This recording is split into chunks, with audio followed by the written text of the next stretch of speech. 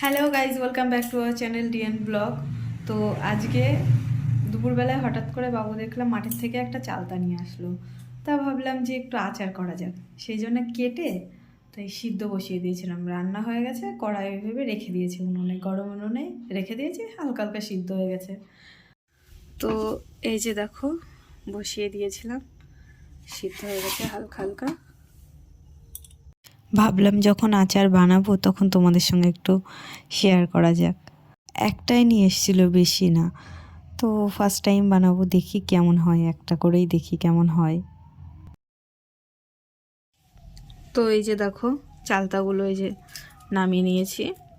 আর আচার করার জন্য আমার লাগবে তেজপাতা, শুকনো লঙ্কা, এই যে এটা আছে পাঁচফোড়ন, আর এটা জিরে, আর এদিকে হলুদ গুঁড়ো, ওদিকে লবণ, আর এই যে গুড় আছে, আর চিনি। তো এই যে খালি কড়াই, সবার ফার্স্টে এই যে শুকনো মশলাগুলো ভালো করে ঢেলে নেব।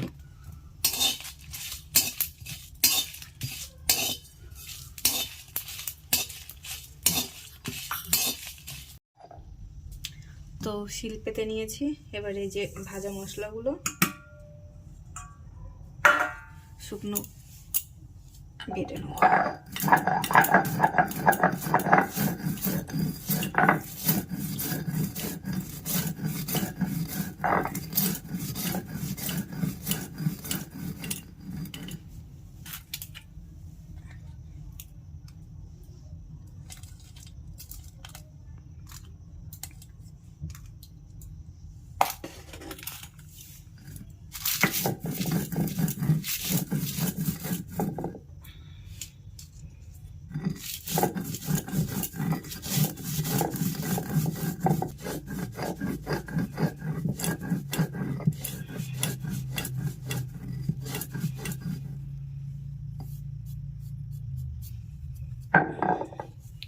তো আমাদের মশলা বাটা হয়ে গেছে, এবার তুলে নেব। তো এবার চালতাগুলো থেতো করে নেব।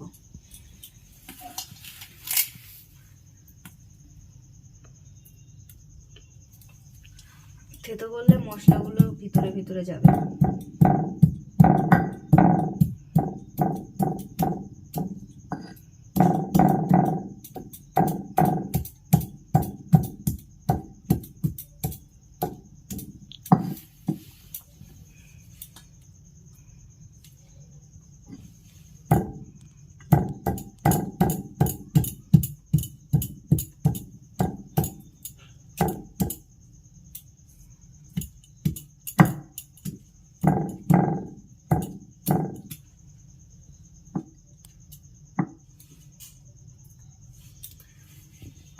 এইভাবে একে একে সব চালতাগুলো থেতো করে নেব। এবার কড়াই সর্ষের তেল দিয়ে দেব।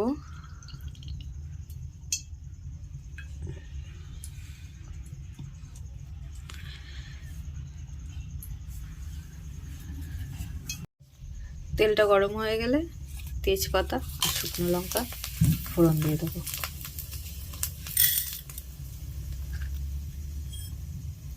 পাঁচফোড়ন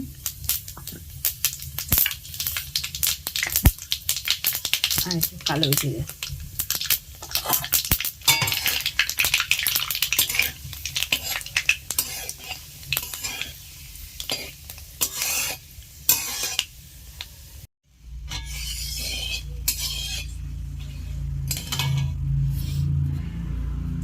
তো এবার চালটা দিয়ে দেবো।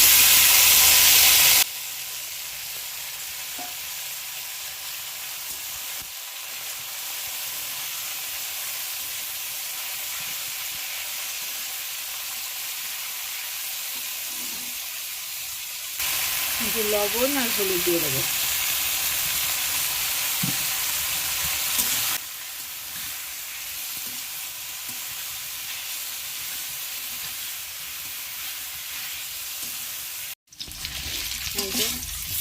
একটু নাড়াচাড়া করে এর ভিতরে দিয়ে দেবো গুড়।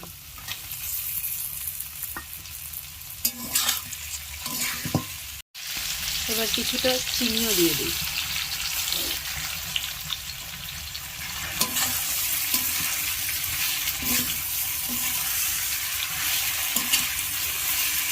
এটা গলতে থাকুক।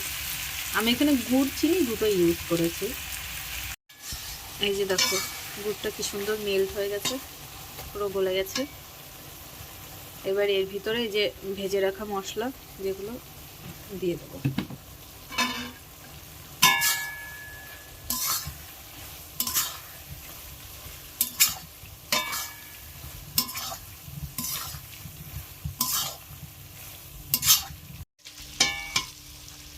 তো এবার একটু ধনে গুঁড়ো দিয়ে দিয়েছে, এটা ভেজে রাখিনি, মনে ছিল না।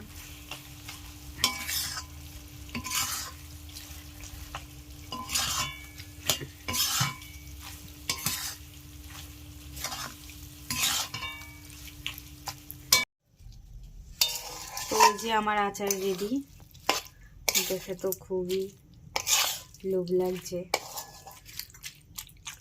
কিন্তু আচারটা গরম, একটু ঠান্ডা হোক তারপরে খাবো, নাহলে বেশি লোভ করে জিভটাই পড়ে যাবে।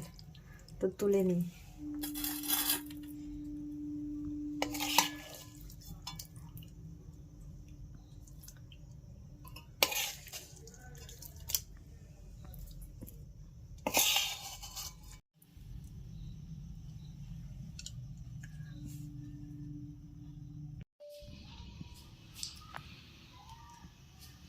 তো এই যে আমার গরম গরম চালতার আচার রেডি।